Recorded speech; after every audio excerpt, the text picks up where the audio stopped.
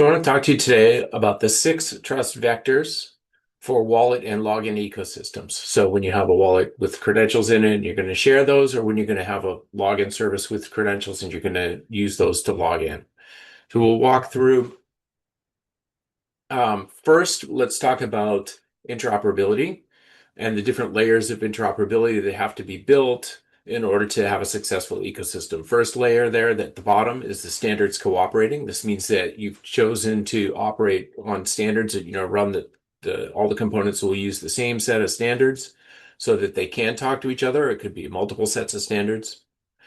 And that is where there's been a lot of work done in the ecosystem in the world so far and making sure that standards are working together.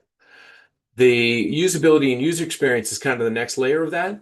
People have to be able to use this. It has to be simple enough to use. It has to be more effective to use than physical cards are.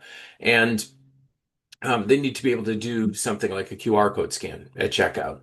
Also, from the relying party or verifier side, there has to be a technology match. They have to be able to put that technology at checkout or put that technology into their websites. So you have to have a match on the tech in order to make sure that works. That's kind of the beginnings of the usability and user experience side. Go up to that third level with the star on it. That's part of what we're talking about today. These are the different mechanisms that are used to communicate the fact that participants in your ecosystem are operating in a trustworthy manner.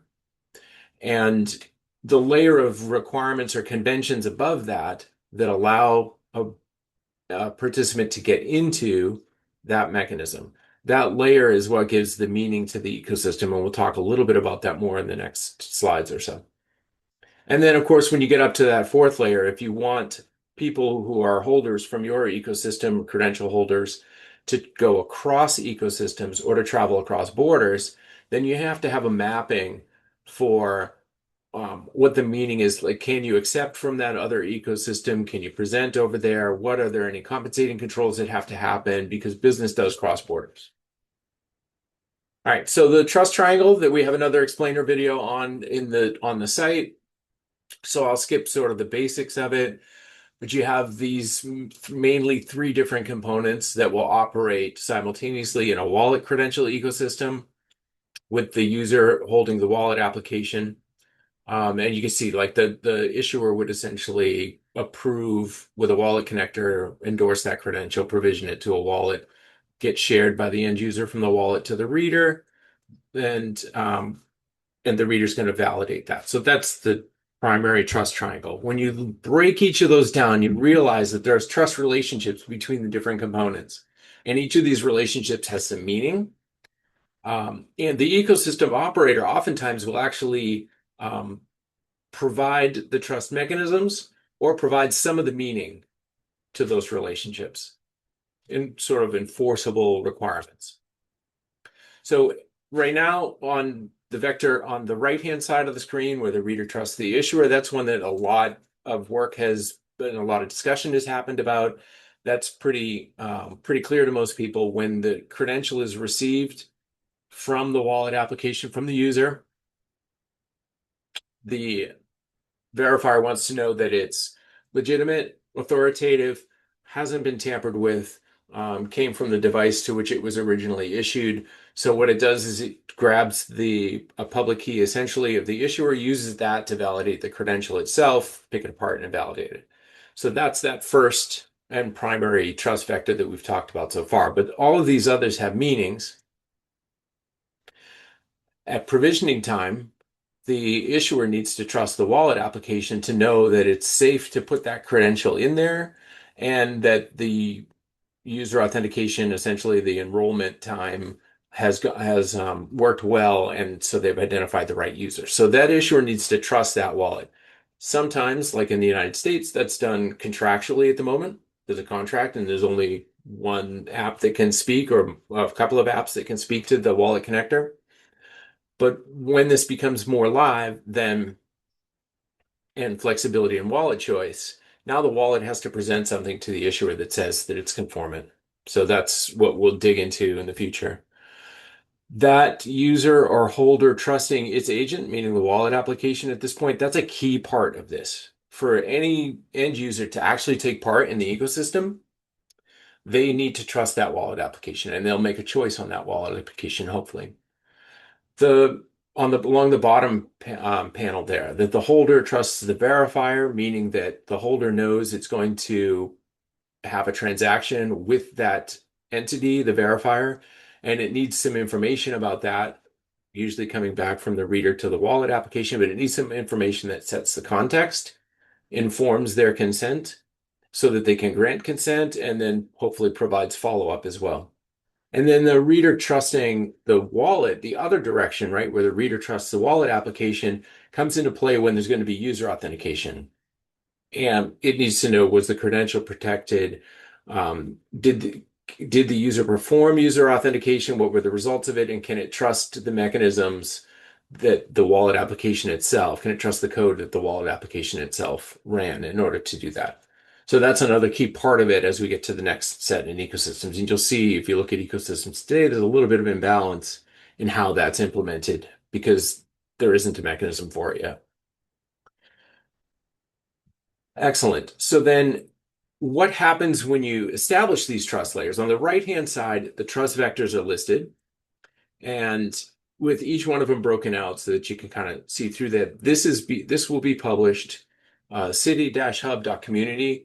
There will be white papers published on these that kind of breaks each one down, gives you a chance to look at each one of them and sort of break that vector down and some of the things that you would make as considerations about that, and then further white papers coming on that. On the right-hand side, there's some of the concepts that start to be executable when an ecosystem operator starts to look at these trust vectors and implement something on these trust vectors. So again, when we say trust, I'll use it again, right?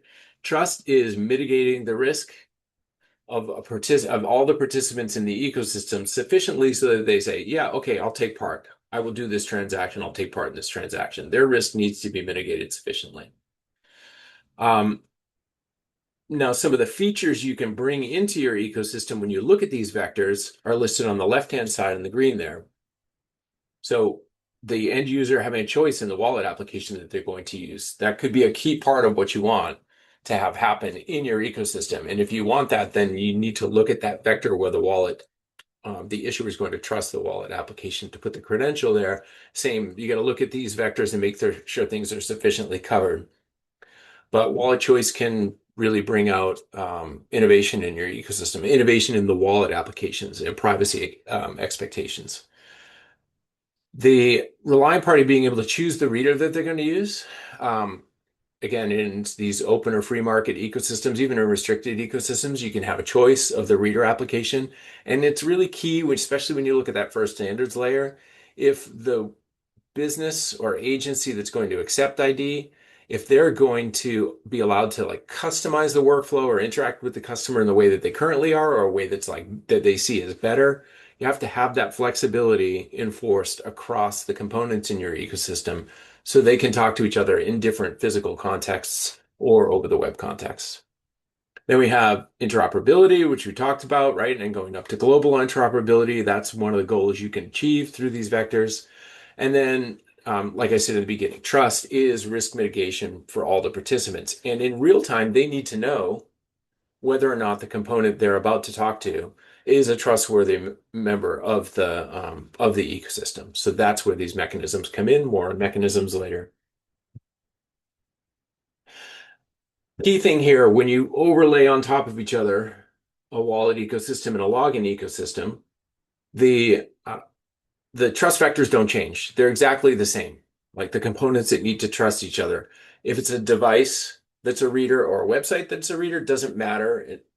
The user still needs to do the trust, that they still need to pull things. So it's just really just showing that these overlap with each other. And then on the user agent side, a wallet as an agent or a browser as an agent, it doesn't matter. Those same trust vectors really have to operate well in order to do it. And you'll see a lot of these ecosystem types right now.